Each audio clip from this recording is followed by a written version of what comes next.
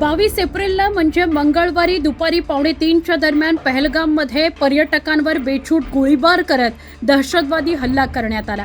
दहशतवादी हल्ला इतका भयंकर होता की 27 पर्यटकांचा यात जीव गेलेला आहे आणि 17 पर्यटक गंभीर जखमी आहेत। त्यांच्या नातेवाईकांनी टाहो फोडलेला आहे। आता जे मृत झालेले पर्यटक आहेत त्यांचे नातेवाईक सगळे जम्मू काश्मीरमध्ये पोचायला लागलेले आहेत, कारण मृतदेह त्यांना ताब्यात घ्यायचा आहे, पार्थिव त्यांना ताब्यात घ्यायचं आहे आणि आज सगळ्या यंत्रणांच्या मदतीनं हे पार्थिव त्यांच्या गावी त्यांचं पार्थिव पोहोचवलं जाईल। अत्यंत दुर्दैवी ही घटना आहे।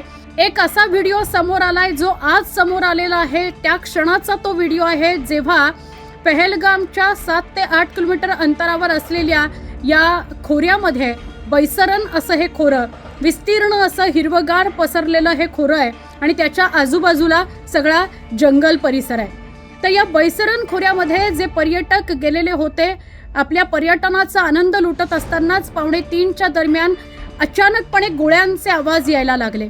काही कळायच्या आत ते क्रूर कर्म दहशतवादी या पर्यटकांच्या समोर उभे राहिले आणि त्यांनी बेछूट गोळीबार करत नरसंहार केला।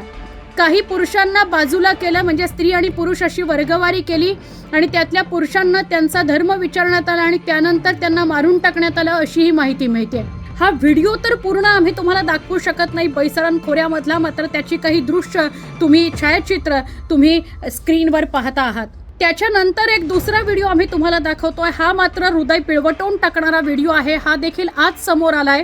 जे पर्यटक वाचले ते पर्यटक एका बाजूला एका दिशेने येताना आपल्याला दिसतायत। आधी ते समोर आर्मीतले म्हणजे लष्करातले जे जवान असतात त्यांचे घातलेले कपडे बघून घाबरले, पण मग त्या जवानांनी सांगितलं की आम्ही इंडियन आर्मी आहोत, आम्हाला घाबरू नका, आम्ही तुम्हाला वाचवायला आलोय। आणि मग या सगळ्यांना एकत्रित जे पर्यटक वाचलेले पर्यटक होते, घाबरलेले भेदरलेले पर्यटक होते, त्यांना एकत्र घेऊन हे इंडियन आर्मीचे सगळे जवान बसलेले दिसतात आणि त्या इंडियन आर्मीच्या जवानांना एक महिला आपबीती सांगते की मेरे सामने मेरे पति को मार डाला, मेरे सामने मेरे पति को मार डाला, असा टाहो फोडून ती महिला या जवानांना सांगते।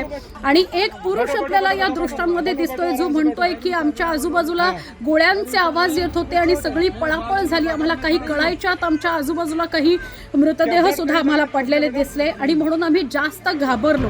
जे वाचलेले होते त्यांनी आपबीती सांगितली या आर्मीच्या जवानांना। त्याचे हे 2 व्हिडिओ आज समोर आले जे आपण बघतोय। अत्यंत धक्कादायक आणि संतापजनक घटना आहे।